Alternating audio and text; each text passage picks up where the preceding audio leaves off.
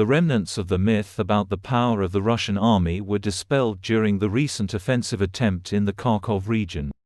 Moreover, this very attempt pushed Ukraine's allies to lift restrictions on attacks on swamp areas where scum units are being formed to invade Ukraine. The Russians lost many bodies during the meat assaults and exposed problems with the protection of the armed forces of Ukraine, which will force Ukraine to more actively build fortifications and punish saboteur officials. Macron on Thursday said he would transfer Mirage 2005 combat aircraft to Ukraine and launch a training program for Ukrainian pilots to learn how to fly the fighters. The Bogs responded immediately. 48-year-old Laurent Vinatier, a representative of a Swiss NGO, was arrested in Moscow officially for not declaring himself a foreign agent. Speaking on television, Macron called the event part of a series of intoxications, threats, and provocations by the Kremlin against France. Biden seemed to troll the kid, saying that he did not give Kyiv permission to strike Moscow and specifically the Kremlin. With a hint, "These girls are mine." In Moscow, they growl and desperately wave dummies of nuclear missiles, spattering the corridors of the State Duma with poison.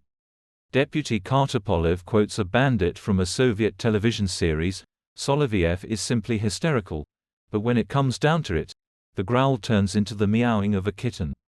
They promised to conduct formidable exercises in the Caribbean Sea, but in the end they reported on the imminent arrival of a group of ships at the port of Havana, with the most humble assurance that the nuclear submarine does not carry nuclear weapons and does not pose a threat to the region.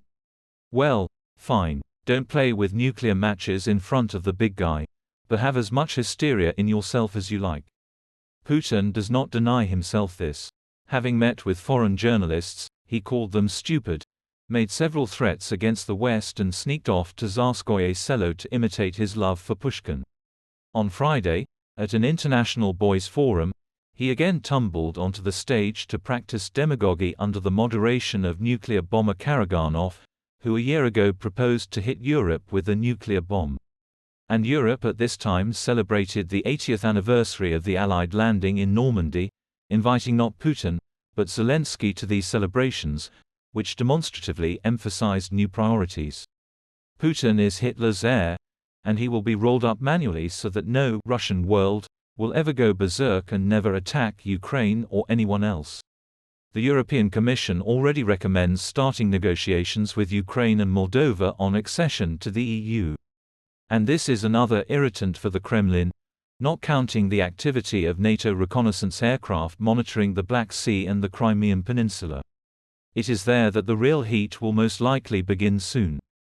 The keys to Crimea will be taken from Putin by force, and no one knows how exactly the bald man will react to such a painful act. A nuclear reaction will only hasten its end and destroy the Bolshevik system, as in 1945 the institutions of the Nazi Reich. And if the system decides to crawl away, this will mean its conservation with a possible change of top officials and external policy, but inevitable internal degradation. Today, scenarios for winding down the war in Ukraine seem unrealistic, especially against the backdrop of the howls of the Kremlin blackmailers. But, apparently, Biden, driven by the impending elections, would like to end both wars, both in Europe and in the Middle East. But his desire may not coincide with reality, and an insane Kremlin is capable of confusing the cards.